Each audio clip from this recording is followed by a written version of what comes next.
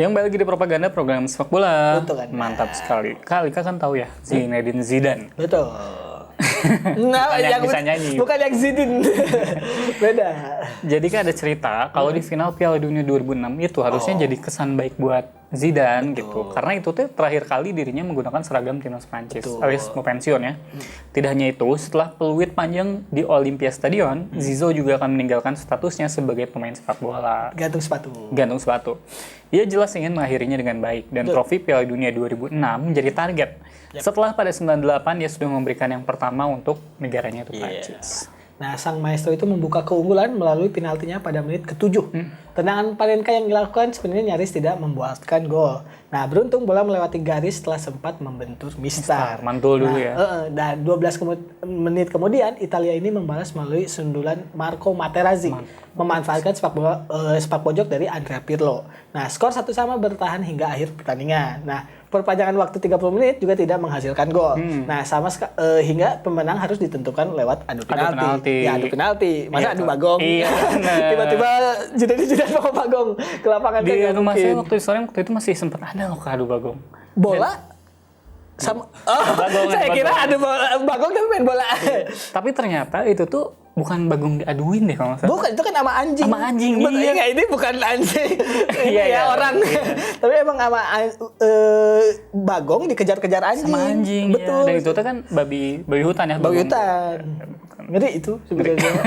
Jadi kekerasan hewan nih pesan moralnya.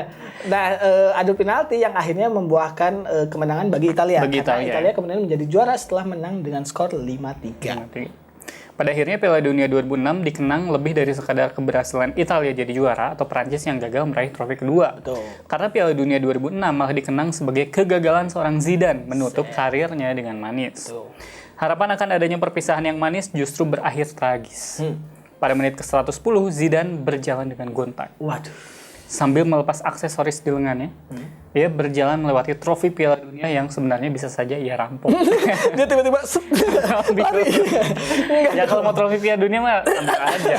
Benar juga. Namun apa daya, kartu merah membuat karirnya berakhir 10 menit lebih cepat dari yang seharusnya. Tuh, nah kamera kemudian merekam aksi yang membuat Zidane mendapatkan kartu merah. Nah, bersama Materazzi, keduanya ini sempat terlibat friksi setelah saling mengawal satu sama lain dalam sebuah kejadian. Nah, setelah itu Zidane berlari kecil mendahului Materazzi untuk mengambil ancang-ancang sebelum kepalanya itu menanduk dada pemain Inter Milan tersebut. Ini klipnya kalian pasti udah tahu lah, ini terkenal banget. Nah, asalnya si Zidane itu mau menanduk dada tapi kan udah tua, jadi juga. Dada Materazzi aja lah. Udah di penjara juga kan. Udah bebas sekarang. Iya, udah. Gimana? Nah, ucapan Materazzi disebut menjadi alasan kenapa Zidane tuh bisa naik pitam kan. Dia dituduh mengeluarkan kalimat yang menghina ibu dan saudara perempuannya. Bahkan ada kalimat yang menyebut kalau dia adalah anak teroris. Wah. Padahal kan Zidane ini anak konda. Wah, ular dong dia. Bukan dong. Kenapa sih ular harus gini? Ini kan kobra kan? Enggak, ini kan Nagin begini kayaknya. Nagin lagi tua banget. Pahlawan Real Madrid pada final Liga Champions 2002 ini kemudian meminta maaf atas kejadian tersebut meski ia tidak menyesal telah menanduk Materazzi. Zidane merasa tidak perlu meminta maaf atas tindakan membela kehormatan diri gitu kan. Nah, Zidane cerita kalau Materazzi itu menarik kaosnya. Ini awal kejadiannya ya. Dan Zidane meminta Materazzi berhenti. Berhenti Materazzi. Soalnya kalau mau kaosnya ia bisa mendapatkannya setelah pertandingan. Iya, ngejek lah gitu ya. Iya, udah sekarang gitu. Nah, Materazzi lalu mengeluarkan kata-kata yang sangat menyakitkan. Zidane bilang kalau ini dari Zidane ya, kalau itu adalah kata-kata soal pribadi ibu dan adik perempuannya. Nah, jahatnya hal itu terus diulangi oleh Materazzi sampai 3 kali katanya.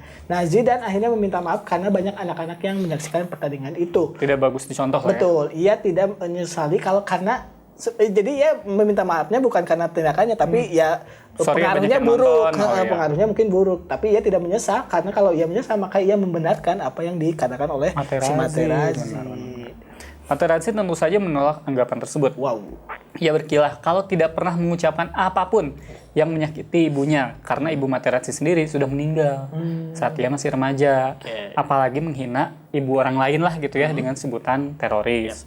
Namun soal perkataan tentang adiknya, Materazzi mengakui kalau dia tuh emang mengeluarkan kalimat hinaan tersebut dan dia pun emang menyesali ucapan itu lah. Gila. Nah, Materazzi malah menyebut kalau Zidane itu melakukan provokasi dengan mengeluarkan kalimat nanti saja setelah pertandingan. Soal kaos. Ya, setelah ia memegang bajunya. Jadi dua-duanya kayak sakit hati juga sebenarnya sama ucapan masing-masing. Ya ini mengakui kalau menyinggung saudara perempuannya dengan mengucapkan kalau saya lebih suka pelacur itu adiknya. Tapi ia tidak tahu kalau dia itu punya saudara perempuan. Jadi kayak dia aja, asal nyebut ya kalimat umpatan di tiap negara kan beda-beda gitu. Mungkin dia itu tahu kalau si Zidane itu punya adik cewek. Perempuan beneran gitu. Kejadian tersebut tuh terjadi begitu cepat. Nah, wasit Horacio Elizondo berada di tengah lapangan, sedangkan kejadian itu terjadi di dekat kotak penalti Italia. Dan kayak waktu itu kan kamera belum secanggih sekarang ada VAR yang bisa ngerekam mungkin kata-kata beneran apa enggaknya gitu. Nah, ketika Prancis membangun serangan, Materazzi ini sudah terjatuh di kamera sehingga Elizondo mau tidak mau harus menghentikan permainan. Gak bisa ngecek juga sebenarnya si Elizondo itu. Jadi sebenarnya si kejadian itu pun luput dari pandangan wasit. Udah posisi itu pandangan ke tengah lapang, sedangkan yang jatuh tiba-tiba di daerah gawang. Iya, gitu. Elizondo cerita kalau dia tuh sudah melihat Materazzi berbaring sekitar 30-40 meter jauhnya. Jadi emang udah terlalu jauh ya. Ia pun menghentikan pertandingan. Ia bertanya pada dua asistennya, tapi keduanya tidak melihat apa-apa. Waduh. Ternyata dua asistennya lagi tidur. Wah, lagi main bola tiba-tiba asisten-asistennya tidur. Ngapain? Udah perpanjangan lagi lama. Ngapain? Nah, tapi untungnya wasit keempat tuh melihat. Oh, ada yang tersebut. samping gawang. Yang di wasit keempat? Wasit keempat yang iya, garis belakang kan gitu. Ini yang bikin Elizondo nggak ragu buat ngasih kartu merah pada Zidane. Meski sempat terbersit dalam pikiran Elizondo untuk memberikan kartu prakerja. Wah, malah jadi kerja tuh Zidane. Dia kan udah pensiun. Gitu. Siapa tahu mau kerja lagi di Indonesia. Dia kan programnya Pak Jokowi. Itu 2006 belum jadi. Oh, belum jadi. Belum jadi. Terima kasih Pak Jokowi. Kenapa jadi kampanye nih? Nah, masih belum jelas apakah keduanya sudah saling bermaafan sampai sekarang. Namun yang pasti momen ini menandakan kalau provokasi bisa menimbulkan reaksi yang tidak terduga. Nah, bagi Zidane, kartu merah tersebut mungkin menjadi sebuah kekecewaan terbesar dalam karir sepak bolanya. Karir yang seharusnya bisa berakhir manis justru berubah menjadi tragis. Nah, namun untuk Materazzi ini pasti gembira karena berhasil meraih trofi Piala Dunia yang menjadi gelar tertinggi yang pernah ia raih selama menjadi pemain. Itu trofi Italia pertama lagi tuh 2006. Dalam kultur Italia sendiri ada frasa yang disebut sebagai furbizia, yaitu seni untuk berbuat culas. Di Bandung juga ada, apa tuh? Yaitu seni untuk berbuat curas. Pencurian dengan kekerasan. Itu begal. Di Bandung kan banyak ya begal. Benar. Tujuannya adalah untuk bertahan hidup atau mencari keuntungan. Nah, untuk melakukannya butuh timing dan keberuntungan agar bisa menghasilkan sesuatu. Dan Materazzi berhasil melakukan furbizia ini pada 2006 lalu.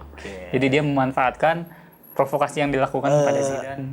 Apa itu namanya ya? Tindakan yang provokasi aja sebenarnya. Jadi ya sebenarnya moral salah atau benarnya ya tergantung dari sisi mana kita melihat. Bagi pendukung Italia ya mungkin itu cara yang benar aja. Lagian orang pun kan akan melihat bahwa juara 2006 itu adalah Italia. Nggak peduli gimana prosesnya. Ya, jadi menariknya kan bahasan kita soal Zinedine Zidane. Akhir karirnya yang ternyata berakhir dengan tragis di Piala Dunia 2006. Dia yang seharusnya bisa memberikan trofi untuk timnas Prancis. Justru malah di kartu merah. Itu tadi bahasannya, jangan kemana-mana, tetap di Propaganda, program sepak bola. Untuk Anda. Mantap.